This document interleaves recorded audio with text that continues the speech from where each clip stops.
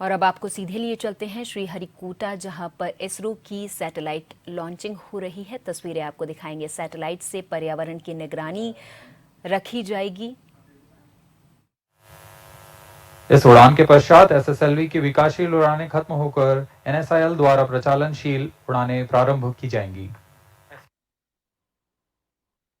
Irradiance at the viewport of the crew module in the Gaganyaan. Shar and Trivandrum tracking stations are currently acquiring the data. Stage ignited, first stage separated. जी हाँ, इस कड़ी में जैसा निर्धारित था, द्वितीय चरण का प्रज्वलन शुरू हो चुका है तथा प्रथम चरण को सफलतापूर्वक यान से पृथक कर दिया गया है। We now have the confirmation of the completion of action of first stage, its separation, and the second stage already has commenced its operation. द्वितीय चरण भी ठोस नोदक पर आधारित चरण है।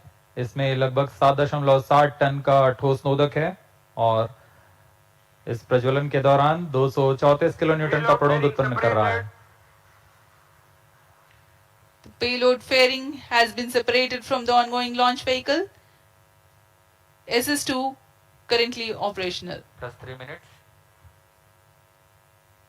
जी हाँ, भूष्मा कवच की कोई आवश्यकता नहीं रह गई है, जैसे कि यान घने वातावरण से बाहर जा चुका है, तो इसे यान से पृथक कर दिया गया है। सभी तंत्र सामान्य रूप से कार्य कर रहे हैं। वर्तमान में द्वितीय चरण एसएसएलवी का प्रज्वलनरत है। Around 200 kilometers altitude. Shar, Trivandrum and Port Blair stations have currently the visibility of the flight path. यह चरण लगभग 109 सेकंड तक प्रज्वलित रहकर शांत हो जाएगा, फिर इसे यान से पृथक कर दिया जाएगा।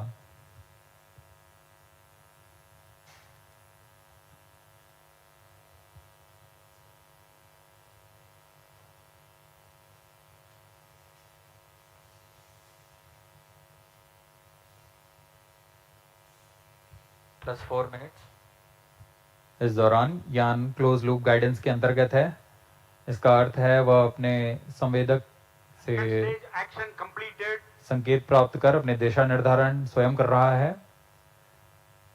अब SS2 का कार्यकाल समाप्त हो चुका है, वह बंद हो चुका है। उसके साथ ही SS2 S3 कोस्टिंग फेज जारी है।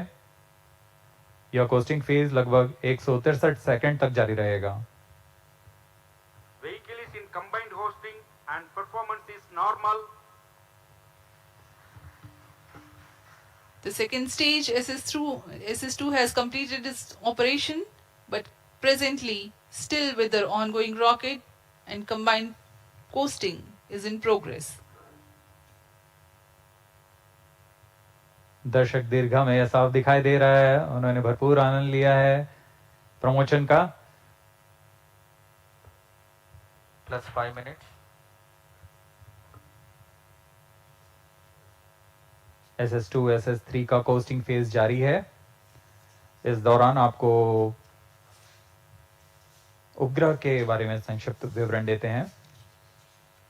EOS-8 नवीनतम उपग्रह की दिशा में एक महत्वपूर्ण प्रगति का प्रदर्शन करने जा रहा है। इसमें संचार, बेसबैंड भंडार और पोजिशनिंग जैसे इलेक्ट्रॉनिक पैकेज को एकीकृत कर एवियोनिक सिस्टम तैयार किया गया है, जिससे यह बहुउद्देशीय एकल और सक्षम यूनिट बन गया है।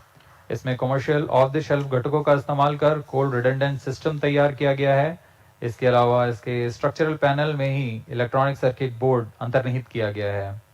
इसके अलावा इसमें battery, dual gimbal antenna, phased array antenna और लचीला सोलर पैनल लगाया गया है।